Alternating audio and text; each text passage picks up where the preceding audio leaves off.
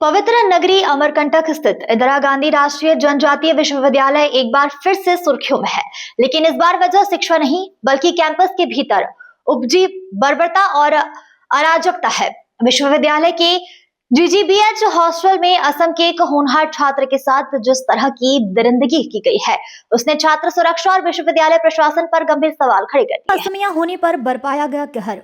MA अर्थशास्त्र प्रथम वर्ष के छात्र हिरोज ज्योति दास, जो असम से आकर यहां शिक्षा ग्रहण कर रहे थे, उनके साथ हॉस्टल के भीतर अमानवीय व्यवहार किया गया। पीड़ित छात्र के अनुसार आरोपियों ने पहले उनसे परिचय पूछा। जैसे ही उन्हें पता चला कि हिरोज असम के रहने वाले हैं, आरोपियों ने उन पर लात घूंसे और मुक्के से हमला कर दिया।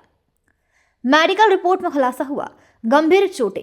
हमले की भयावहता का अंदाज इसी बात से लगाया जा सकता है कि हिरोज की सीटी स्कैन रिपोर्ट में चोटों की पुष्टि हुई है, जिसमें नाक की हड्डी का टूटना, आंखों के भीतर खून जमना, चेहरे पर गहरे जख्म और आंतरिक चोट पाई गई है।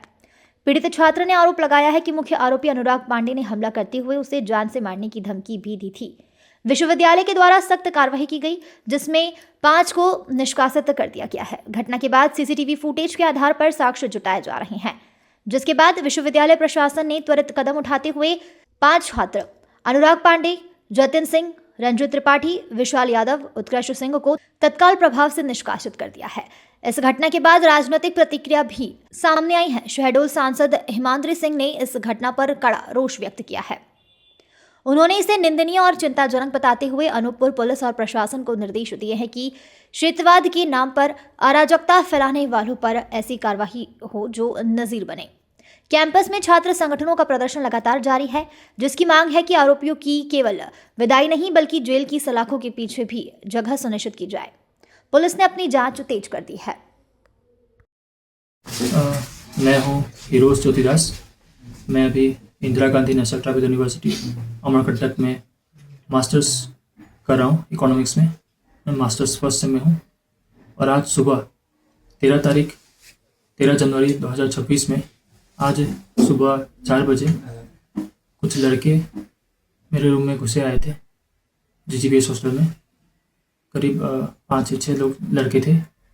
मैं उनको पहले से कभी नहीं जानता था, मेरी उनसे बातचीत भी है।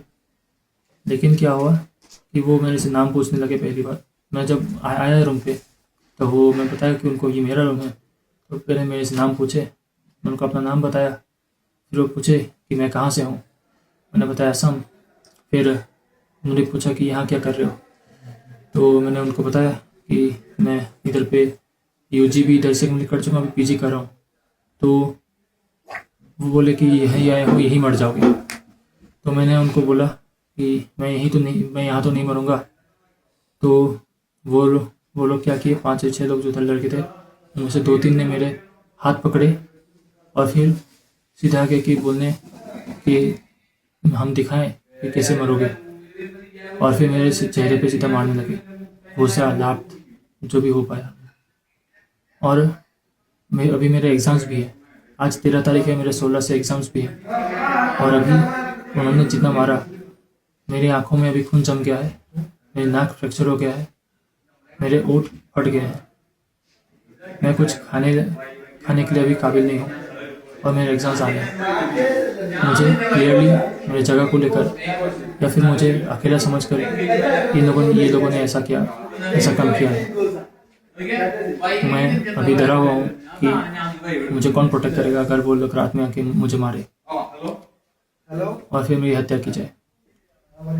देहरादून में जैसे कि त्रिपुरा के लड़के की हत्या कर दी गई, वैसे मैं नहीं चाहता कि मैं इधर मरूं। मैं अपने घर का एक इकलौता बेटा हूँ और मुझे अपने जीवन में कुछ हासिल करना है। मैं ऐसा नहीं करना चाहता। मैं किसी लड़ाई झगड़े में नहीं पड़ता, मैं ना लड़ाई झगड़े पड़ता हूँ। इनमें से 2-3 चेहरे मुझे अच्छे से याद है और मैं यही आग्रह करूँगा कि आप लोग मेरी सेफ्टी को इंश्योर कीजिए और ताकि मैं इस यूनिवर्सिटी में अच्छे से पढ़ लिख के निकल पाऊँ। वो लड़के जो आए थे, जो 4-5 लड़के थे, उन्होंने सबने दारू पी रखी थी। दारू की स्मेल क्लियरली आ रही थी उनके मुंह से। और वो जिस हिसाब से आए थे वो मुझे आज मार ही डालने वाले थे।